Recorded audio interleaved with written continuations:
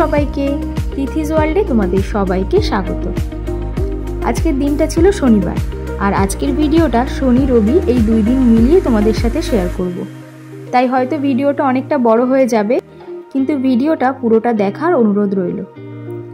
আর এই ভিডিওটা বেশ কিছুদিন আগের তোলা ছিল, কিন্তু মাঝে দিয়ে ভাইফোঁটা আর মায়াপুরের ভিডিও তোমাদের সাথে শেয়ার করার ছিল বলে এই ভিডিওটা দিতে একটু দেরি হচ্ছে। তাহলে চলো দিনটা শুরু করা যাক, আশা করছি তোমাদের ভালো লাগবে।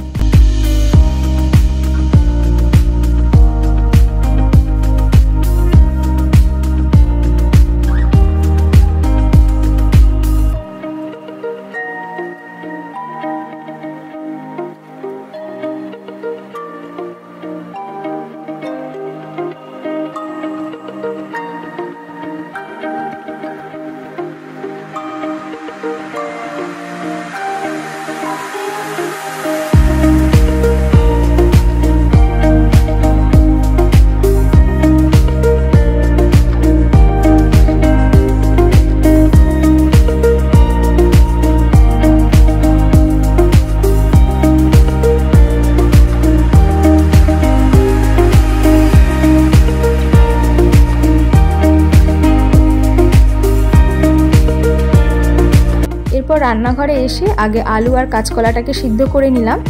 আজকে দুপুরে একটু করব নিরামিষভাবে কাঁচকলার কোফতা কারি, তোমাদের সাথে রেসিপিটাও শেয়ার করব। সেই জন্য প্রথমে একটু ভাজা মশলা করে নিচ্ছি। যদি ভাজা মশলা আলাদা করে তৈরি করা না থাকে তাহলে এরকম একটা গরম তাওয়ার মধ্যে একটু জিরে গুঁড়ো, ধনে গুঁড়ো, লঙ্কার গুঁড়ো আর গরম মশলা গুঁড়ো সামান্য একটু নাড়াচাড়া করে নিলেই কিন্তু ভাজা মশলাটা রেডি হয়ে যাবে। এরপরে ওই ভাজা মশলাটা আলু আর কাঁচকলা সিদ্ধর মধ্যে দিয়ে তার মধ্যে স্বাদ মতো নুন, হলুদ, 2 চামচ মতন চিনি, আর তার সাথে দিতে হবে একটু বেসন আর ধনেপাতা কুচি, আর দেবো আদা কুচি দিয়ে ভালো করে একটু শক্ত ডোয়ের মতন মেখে নেব, যাতে কোফতার মতন একটা শেপ দেওয়া যায়। এরপরে সামান্য একটু তেলে এগুলোকে এপিট ওপিট একটু সময় নিয়ে ভেজে নেব। এগুলো ভাজা হতে হতে মশলাটাও রেডি করে নেব।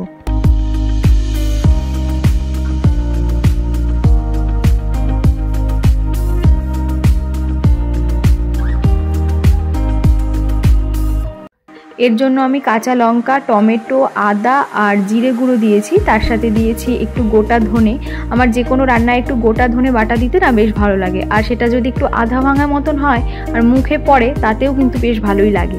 আর আজকের এই কোফতা কারিতে দেবো একটু আলু, আলু তো না দিলেও চলে, তাও আলুটা দিলাম। তো আলুটা ভাজা হয়ে গেলে পরে এর মধ্যে মশলা দিয়ে পরিমাণ মতো নুন, চিনি, হলুদ দিয়ে বেশ কিছুটা সময় ধরে ভালো করে কষিয়ে নেব। আর মশলাটা কষাতে কষাতে সাইডে আমি মাম্মার জন্য কোফতা কারি করে নিচ্ছি, মানে ওর জন্য 2-4টে আলু দিয়েছি আর একটু আদা কুচি দিয়ে ভালো করে তেলের মধ্যে একটু নাড়াচাড়া করে জল দিয়ে কাঁচকলার কোফতাগুলোকে দিয়ে দিয়েছিলাম। তারপরে ভালো করে ফুটিয়ে নামিয়ে নিয়েছি। তো খেতে বেশ ভালোই হয়েছিল, মানে আমাদের যেরকম করেছিলাম সেরমই করেছি, শুধু ওরটা একটু লঙ্কা ছাড়া। তো এইদিকে মাম্মার জন্য ঝোলটা রেডি করে রাখলাম, আজকে দুপুরে এটা দিয়েই ওকে খাওয়াবো। আর সাইডে কিন্তু মশলাটাও বেশ ভালোভাবে কষানো হয়ে গেছে। জল দিয়ে একদম আলুটা সিদ্ধ হওয়া পর্যন্ত ভালো করে ফুটিয়ে নেব। নামানোর আগে দিয়ে কোফতাগুলোকে দেব, কারণ কাঁচকলা আর আলুর কোফতাগুলো কিন্তু ঝোলটা পুরোপুরি টেনে নেবে, তাই জন্য একটু জল বেশি পরিমাণেও তোমরা দিতে পারো। আর আজকে যেহেতু একটু মাখা মাখা মতন করব, তাই সামান্য একটু জল দিয়েই ফুটিয়েছি। এরপরে নামানোর আগে একটু ঘি, ধনেপাতা কুচি ওপর দিয়ে ছড়িয়ে দেব। খেতে কিন্তু ভীষণ ভালো হয়, তোমরা অবশ্যই একবার করে দেখো।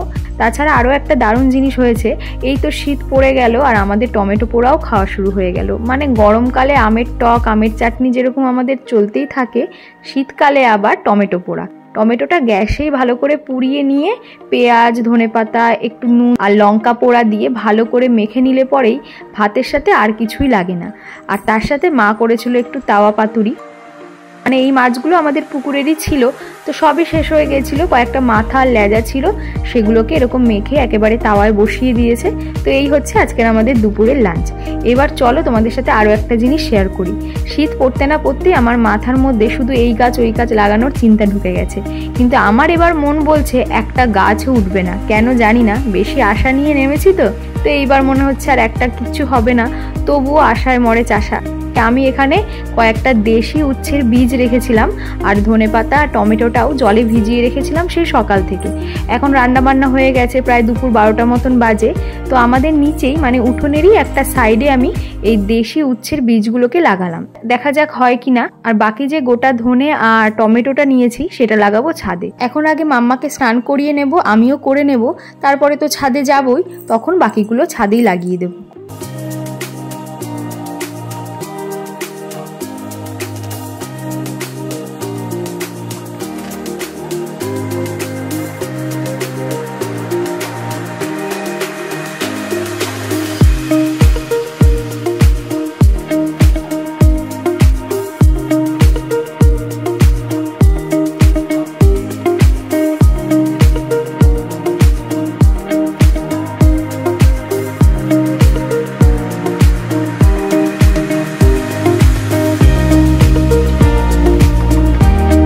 অনেক আশা নিয়ে লাগালাম, দেখা যাক কি হয়, হোক বা না হোক তোমাদের সাথে সবটাই শেয়ার করব। আর এইদিকে দেখো, সেই আমার ছোট লঙ্কা গাছের চারাটা বড় হয়ে এখন কত লঙ্কা হয়েছে। দুদিন আগে আমাদের হঠাৎ করেই বাজার থেকে যে লঙ্কা আনে সেটা শেষ হয়ে গেছিলো, তাই মা রান্না করতে করতে আমাকে বললো যে দৌড়ে ছাদের থেকে কটা লঙ্কা নিয়ে আয়। আর আমার যে তখন কি আনন্দ লাগছিল, নিজের হাতে লাগানো গাছে যদি এরকম ফল আসে তখন কিন্তু ভীষণ ভালো লাগে। তো যাই হোক, এখন দুপুরে আগে খাওয়া দাওয়াটা সেরে একটু বেরোনোর আছে। যাচ্ছি আমরা আজকে হাবড়ায়, ননদের বিয়ের জন্য তো কবে থেকে শাড়ি কিনবো প্ল্যানিং করে রেখেছিলাম। তো আজকে ফাইনালি সবার সময় হলো, যাচ্ছি শাড়ি কিনতে। চলো তোমাদেরকেও দেখাই যে আমরা কি শাড়ি কিনলাম।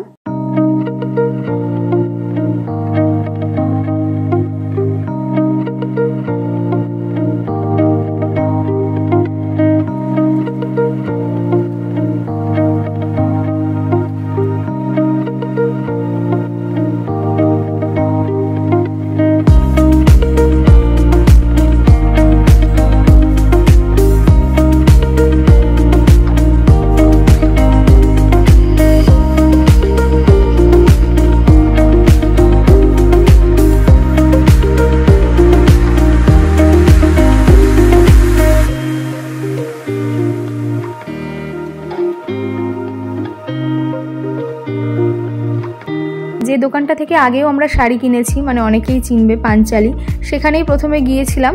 তো ওদের কাছে সেরকম কোনো স্টক ছিল না, কারণ পুজোর পরপরই যেহেতু আমরা গেছি, তো সেই সময়টা না একদম ফাঁকা ফাঁকা ছিল। তো আমার মনে হলো হয়তো ভাইফোঁটা বা কালী পুজো অথবা এই যে বিয়ের সিজনটা, এই সময়টায় হয়তো ওরা আরও তুলতো জিনিস। তো তার আগেই আমরা যেহেতু গেছি, সেরকম মন মতন হচ্ছিল না। তারপরে পাশের আর একটা দোকানে যাই, সেখান থেকে শাড়ি আমাদের পছন্দ হয়। আর এই যে দেখছো তুতে আর মেরুনের এই যে শাড়িটা, এটা নিয়েছে মা রিসেপশনে পরবে বলে। আর এই যে তার পাশে সবুজ রঙের শাড়িটা, এটা আমি বিয়ের দিন পরবো করে নিয়েছিলাম, কিন্তু এটা বাড়িতে আর আনিনি, কারণ আরও কটা শাড়ি দেখতে দেখতে অন্য একটা শাড়ি পছন্দ হয়, সেটাই আমি নিয়েছি বিয়ের জন্য। তো বাড়ি গিয়ে তোমাদের দেখাবো, কারণ সেটা আর তোলা হয়নি।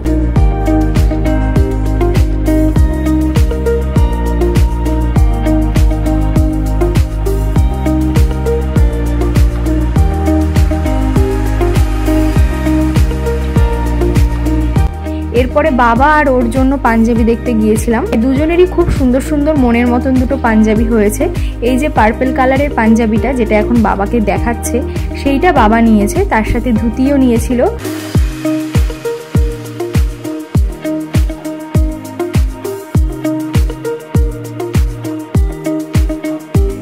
আর ওর জন্য নিয়েছিল এই কচি কলা পাতা আর লাল কালারের মধ্যে এই পাঞ্জাবিটা, যেটা সত্যিই ভীষণ সুন্দর লাগছিল। তো আমি বললাম এর সাথে আর ধুতি নেওয়ার কোনো দরকার নেই, কারণ ওর যে বিয়ের লাল ধুতিটা রয়েছে সেটার সাথে এই সবুজটা দারুণ মানাবে। তাই জন্য ওর আর ধুতিটা নেওয়া হয়নি, দুজনের পাঞ্জাবি আর বাবার একটা ধুতি নেওয়া হয়েছে। তো ওদের দুটো তো তোমাদের এখানেই দেখালাম, তবুও যদি পারি বাড়িতে গিয়ে আবার দেখাবো।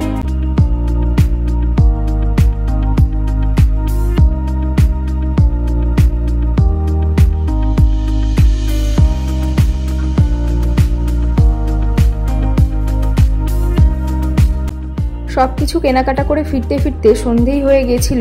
তো আসার পথেই মিষ্টির দোকানে দাঁড়িয়ে আমরা একটু চা খেলাম, আর নিয়েছিলাম রসমালাই। মাম্মার জন্য একটা কালাকাঁদ নিয়েছিলাম, ওকে ওটাই খাওয়াচ্ছিলাম। এরপরে বাড়ি চলে আসি। চলো তোমাদের গিয়ে দেখাবো যে কি শাড়ি নিলাম।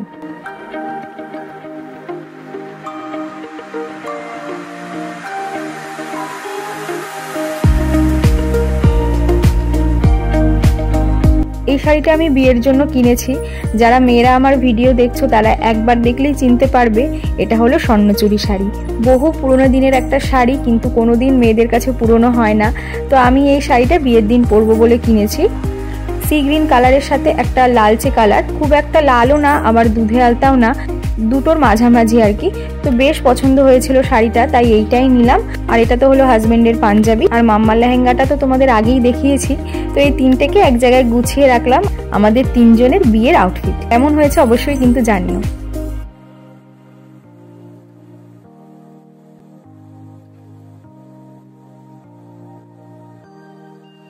এরপর রাতের ডিনারের জন্য করেছিলাম একটু পরোটা, আর তার সাথে মিষ্টি মিষ্টি আলুর তরকারি।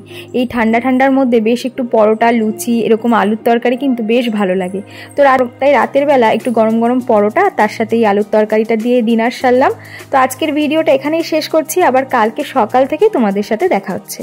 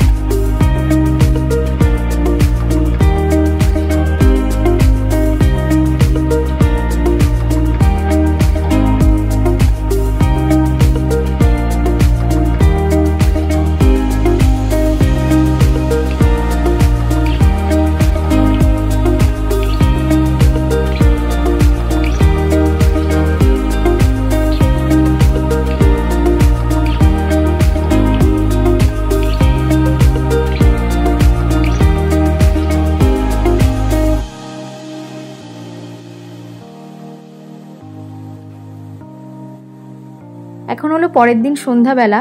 সকাল থেকে তোমাদের সাথে কিছুই আর শেয়ার করিনি, তার কারণ হলো ভিডিও থাম্বনেলে তোমাদেরকে বলেছি যে ননদের আজকে আইবুড়ো ভাত দিলাম।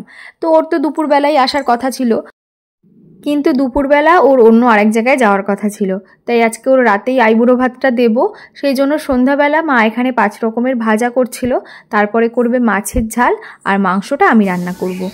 আর সকালবেলায় মা চাটনি আর পায়েসটা করে রেখেছিল, সেজন্য সন্ধ্যা থেকেই রান্নাবান্নার প্রস্তুতি চলছে। এর মধ্যেই ও চলে আসবে, আসলে পরেই ওকে সমস্ত কিছু সাজিয়ে গুছিয়ে আইবুড়ো ভাতটা দেবো।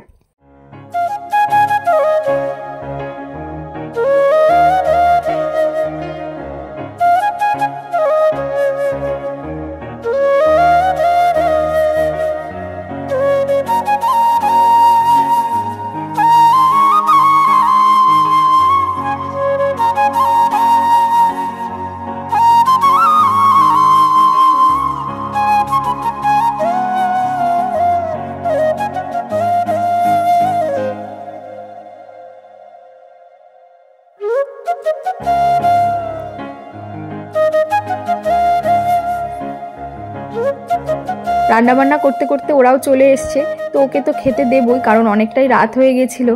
কিন্তু সেই যে সকালবেলা ও বেরিয়েছে, সেখান থেকে সোজাসুজি আমাদের এখানে এসছে। সকাল থেকে যেই জামা কাপড় পরা ছিল সেইভাবেই চলে এসছে, তাই ভাবলাম ওকে একটু সুন্দর করে সাজিয়ে দিই। তাই আমার একটা নতুন শাড়ি ওকে পরিয়ে দিয়ে একটু সাজিয়ে দিলাম আর কি।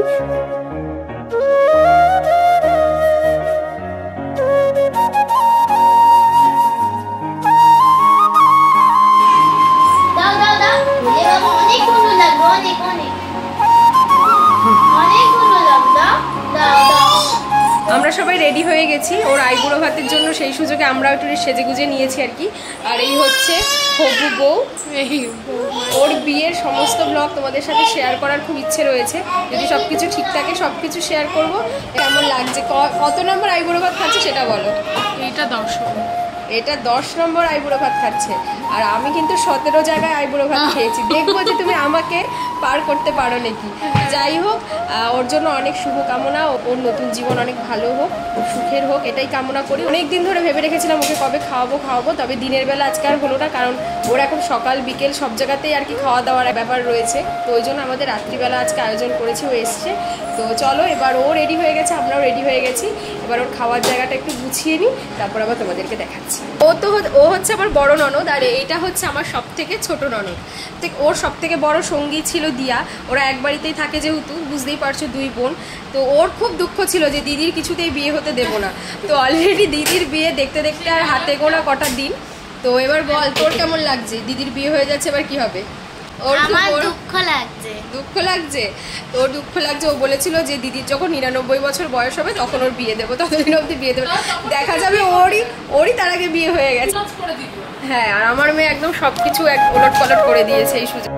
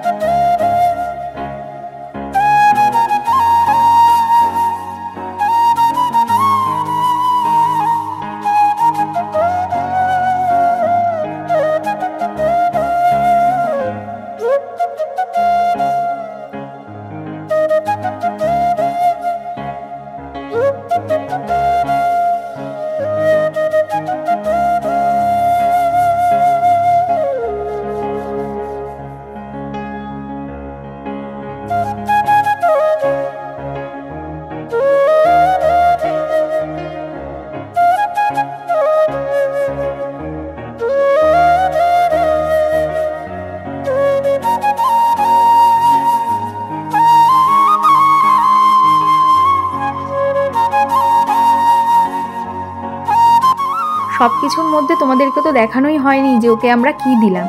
সবাই তো মোটামুটি শাড়িই দিচ্ছিল, কিন্তু আমরা ভাবলাম যে বিয়ের পরে এদিক ওদিক তো ঘুরতেও যাবে, সেই জন্য শাড়ি না দিয়ে বরং একটা কুর্তি দিই। তাই একটা লং কুর্তি দিয়েছি, আর তার সাথে একটা কানের দুল, যেটা কুর্তিটার সাথে ম্যাচ করে কিনেছি। তো এটাই ওকে দিলাম। আর তো মাত্র একটা সপ্তাহ বিয়ের।